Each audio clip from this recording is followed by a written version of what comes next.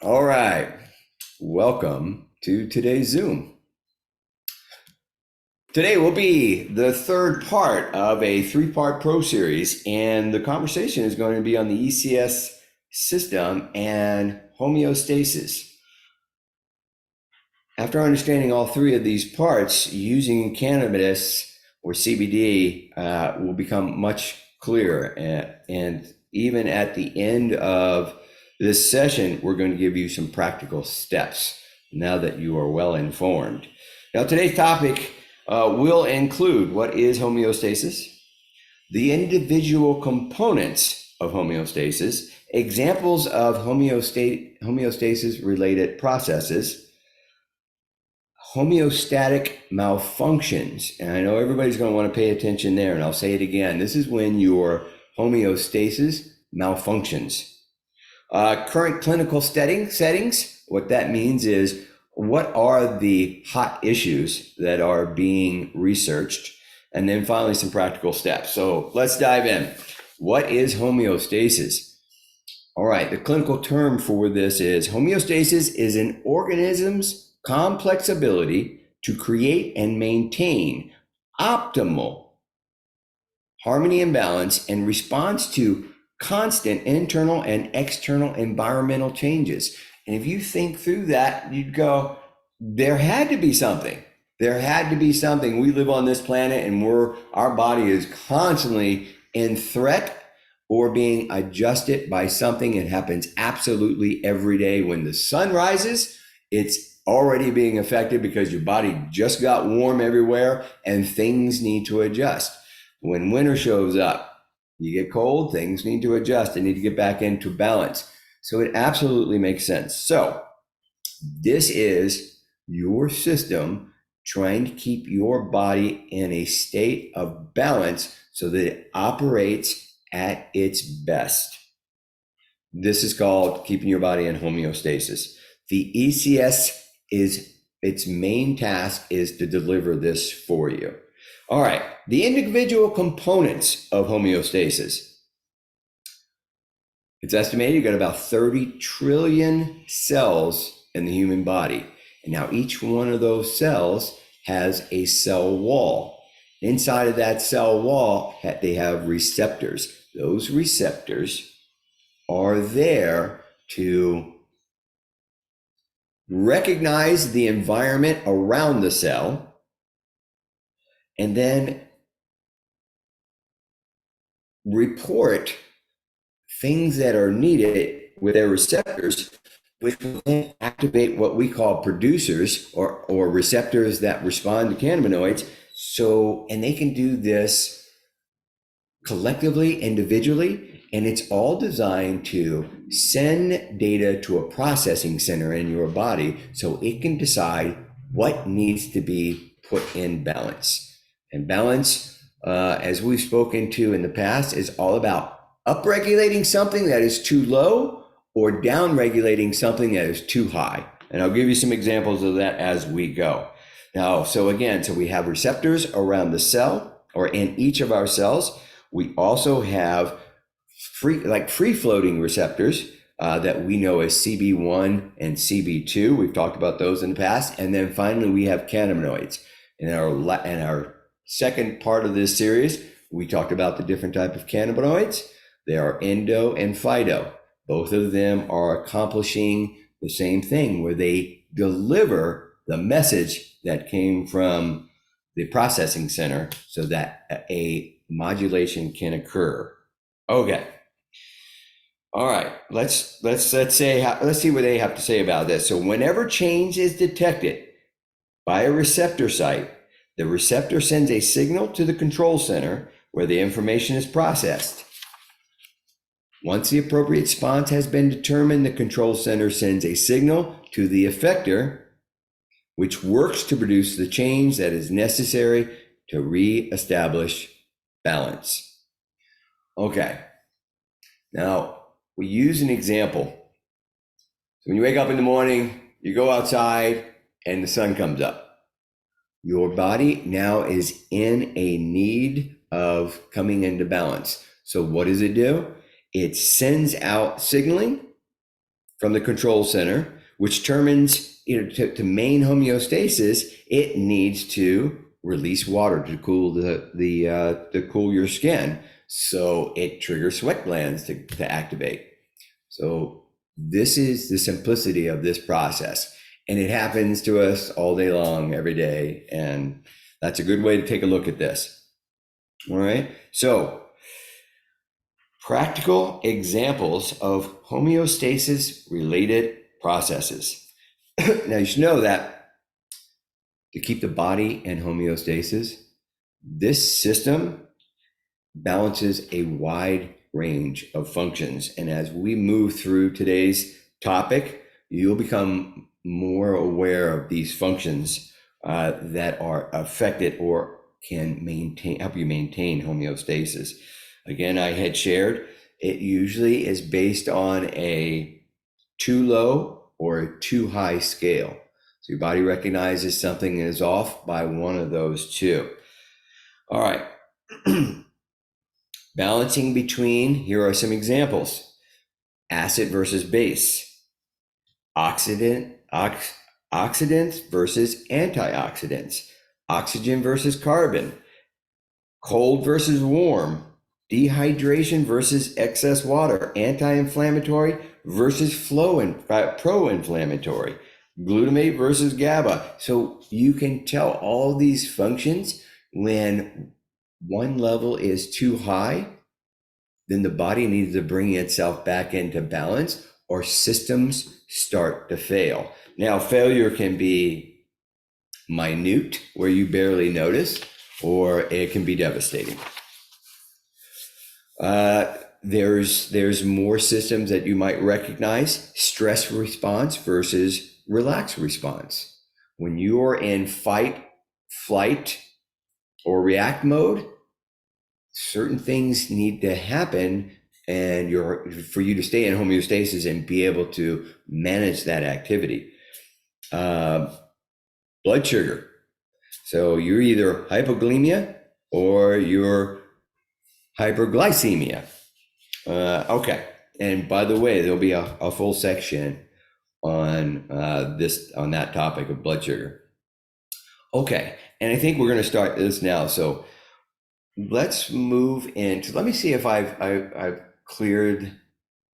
made that very clear.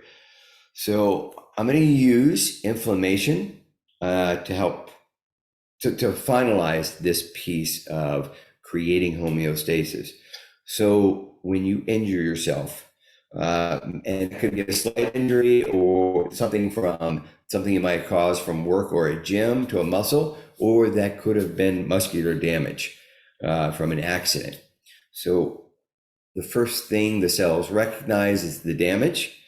Those receptors then send out signals that go through the processing system. System recognizes what to do and sends out their cannabinoids to signal modulation. You know the modulation as inflammation and pain. Inflammation and pain are both used to create homeostasis. The inflammation part is, of course, needing to deliver needed things to recover from that injury. Pain signaling is one of those things we hate, but it was designed to say, don't do that again. So that process that I just shared, how inflammation works, is managed by the ECS system and is an example of how it's trying to keep your body in a state of balance. All right, let's talk about homeostatic malfunction. Now, the homeostasis can be impaired temporarily. Means, it has a struggle to come back, but temporarily it can be out of balance, but it also can be permanent. Things that might cause this would be toxins, physical or psychological traumas like a stroke, acute or chronic stress. Also, heredity can have an impact on homeostatic malfunctions. Now, another example of some of these things that can cause homeostatic malfunctions And to give you kind of something that you can relate to, too much oxygen can rapidly affect homeostasis. So try holding your breath for a while, and you'll quickly understand how effective lack of oxygen can be. If you are a scuba diver, too much oxygen can also cause your system to crash and can be very dangerous. Um, Also, other things, external drugs. External drugs like pharmaceuticals or recreational, they are not designed by your body. They're usually single molecule. And when they enter the body, they were designed to target something very singular. And the problem with that is there's no component to that that can cause the balance back on the other side.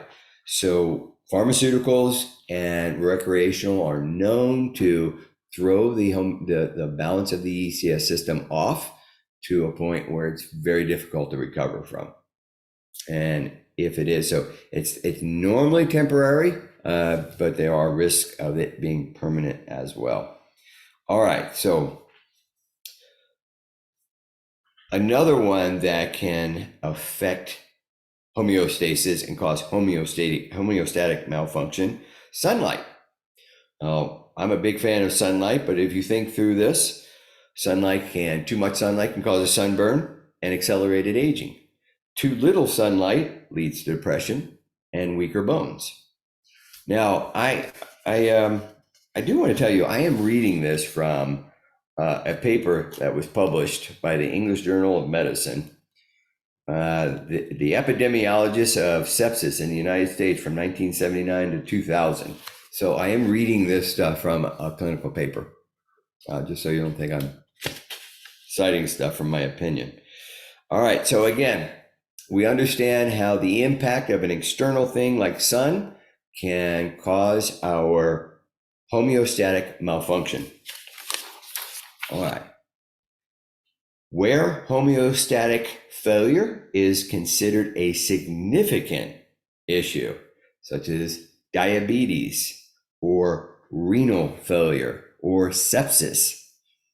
Now, interestingly enough, I'll be able to discuss those in a little bit more depth because I've been provided with some clinical information on these. Let's go to diabetes first. I'll read that.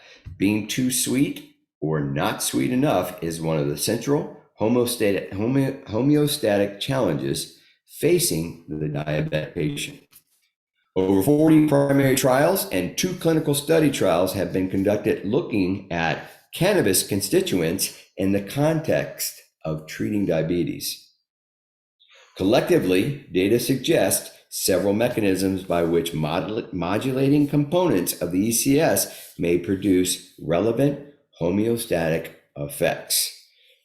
These studies for diabetes is because it was first recognized that homeostatic failure was the biggest issue of those who had diabetes.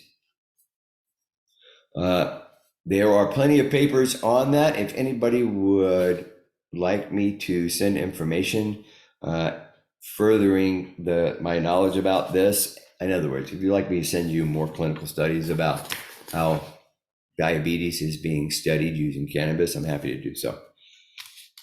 How about renal failure? Homeostatic failure, secondary to homeostatic failure because of the renal events. I'm sorry, I'll say this. Homeostatic failure, secondary to kidney failure, results in the accumulation of waste products, shifts in fluid balance, and severe imbalance of the electrolytes. So this is a very common problem, also being studied by clinical and cannabis as being a component of that study. Now, I have to be honest, I have not done a whole lot of study because I've not had a request to do so, but I can tell you that the studies are limited. They're still in preclinical stage, but the data does show Data does show that CBD treatments produce significant protection against acute kidney injury in test animals. So that's about all I have for that. Another interesting condition that I thought was familiar to most is sepsis. So in sepsis, if you should know this, this would be where contaminants are allowed into the bloodstream. The bloodstream then, as these contaminants are running through your body, the balance of inflammation and pro-inflammation or pro-inflammatory reactions are out of whack, and your entire system starts to become inflamed. And so this can affect organs, and it can be pretty fatal. Let's see. So I'm going to read a little bit about it. It may surprise you to learn that sepsis is the number 10 cause of death in the United States.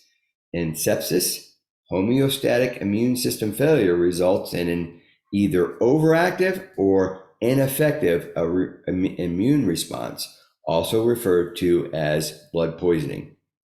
Controlling sepsis is a significant challenge, and new and more effective treatments or prevention options would surely be appreciated by the physicians and patients alike.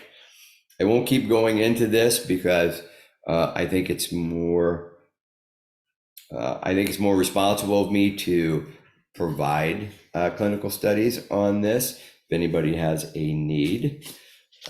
But I know sepsis is something we're all likely familiar with. I had somebody that had a flesh wound, and they had sepsis, and a simple flesh wound that you would take, for a middle-aged man, not somebody that old, you would think that it would take 3-4 weeks at the most to heal, and it was 6 months, and after maybe 2 or 3 surgeries. So it's a big issue.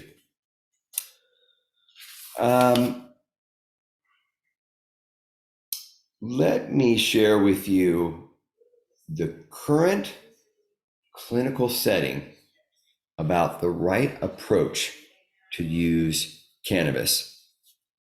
They suggest right now that there are 3 components for yourself or your care provider to provide the best suggestions. And these 3 components are this: relevant, scientific, physical, mental, and emotional evidence. So this is where they were lacking 6 to 8 years ago. They did not have those pieces. Well, we're accumulating them now in our medical community and scientific community. So that's area number 1. Area number 2, the patient should have a preference about what kind of cannabis experience they want. What they mean by cannabis experience is you might want to take it through your respiratory system. You might want to inhale it. You might be concerned and you'll only want to ingest it, or maybe you only want to topically apply it. Now, those preferences for your type of experience can not only be from what I'm comfortable with, but you also need to know how to match them to your condition. So somebody who is dealing with joint pain, a topical application does make sense.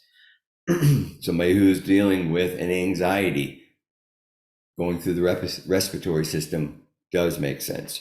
And then finally, clinical judgment and experience. That means having somebody in a position, preferably a practitioner, that has good judgment and experience.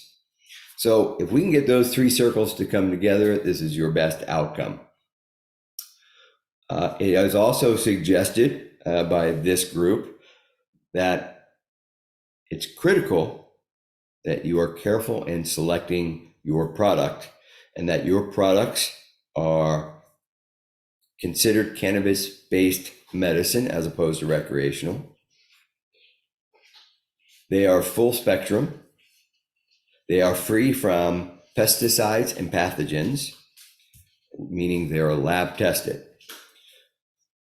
They suggest that this would decrease the chances of it not meeting your expectations and increasing the practitioner's ability to help you come to a dosing decision.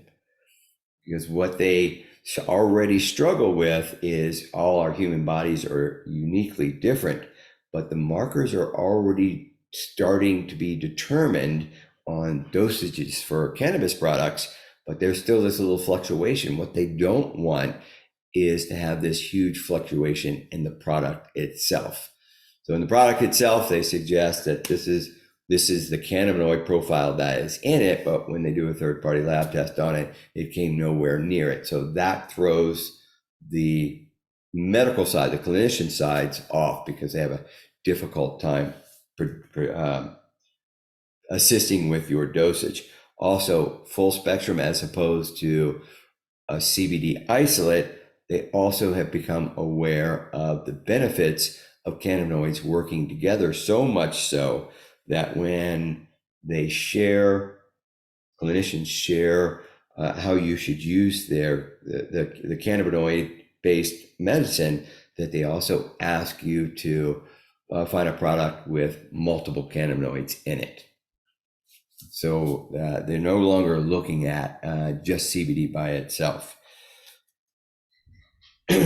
Let's see. Let's go to 7 steps that we can take to generate a therapeutic cannabis experience. Includes these 7 steps. Choose a primary cannabinoid. Maybe it's THC, maybe it's CBD. These are the major cannabinoids.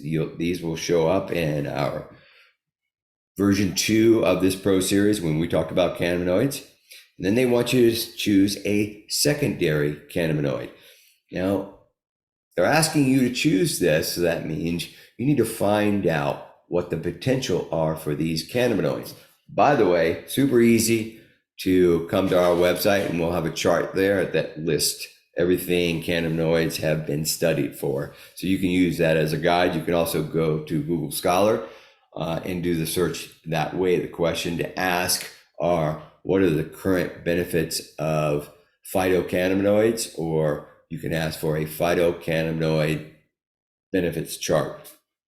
All right, so you choose a primary cannabinoid, a second cannabinoid, and then you want to understand the ratio between those two. Now, I have this knowledge, but I've been doing this for 5 or 6 years, so it's really easy for me. These top 3 are going to be a challenge for most people who are new to this, but again, it's not difficult to do. The sub-ratio means if you're dealing with inflammation and pain, then CBD is going to be your primary cannabinoid and CBG is going to be your secondary. The ratio needs to be the majority. 85% is going to be CBD, and then less than 5% it needs to be the CBG. So understanding these ratios would also come from looking again at a cannabinoid chart, seeking out the ones that have an effect in your condition, and then knowing whether these cannabinoids are major or minor. And the easiest way is to ask Ed. Anyway, all right, next thing we want to do is dosage. Have an understanding of dosage. Again, I have a great understanding of it. I know that if you are dealing with anxiety or any mental issues, then your dosage does not and should not be very high. When you are dealing with muscle issues and recovery issues, then your dosage can be high. I know that if you're dealing with relaxation and sleep, your dosage has a window of optimal effects. If you go too low, you're going to miss it. And if you go too high, you're going to miss it. So understanding of the doses is number 4. The form in which you take your CBD product, may it be inhalation, maybe it be digestion, maybe it be topically, that would be important. The entourage effect is not just talking about the profile of cannabinoids. There are other phytocomponents that a good producer of CBD products for health benefits will include things like terpenes and flavonoids. These are compounds that come from the plant. They are abundant in a lot of foods that we eat, and they assist the cannabinoids in getting their job done. And then finally, something that some will do and some won't, but this is number 7 of the best practices, is a session log to monitor the outcome. This is the best way to get 2 things. One, it's the best way to get maximum effects out of your product, because when you're monitoring, your system can get in balance fairly quickly. So after about 2 or 3 days of monitoring, you can make slight adjustments. And those adjustments can either improve the results or maximize the length you have your product, so making it more economical. So 7 steps: choosing a primary cannabinoid, choosing a secondary cannabinoid, what the ratio should be between those cannabinoids, dosage, other things other than cannabinoids that contribute to the entourage effect, like terpenes and flavonoids, and then finally a session log, so you can manage the process to either increase its impact or lengthen the time your product lasts. All right. I'll just read their last statement in here because it makes sense to do so. In summary, choosing the right type of cannabis, using it in the proper dose and in optimal form, and matched to the unique needs of each individual patient can work very effectively toward multiple system homeostasis by inducing a sense of deep relaxation, mitigate the ill effects of stress, and induce gentle uplift in mood, and reduce and or alleviate various types of discomfort. And it can do this all at once because it was not targeting any one of those issues. Now, some of the added components we put in some of our products may be targeted, but in general, CBD and the ECS system has the ability to manage all of those and can do it all at the same time. Okay, there is my delivery on homeostasis. Again, managed by your ECS system, and cannabinoid products have the ability to affect that system and support it.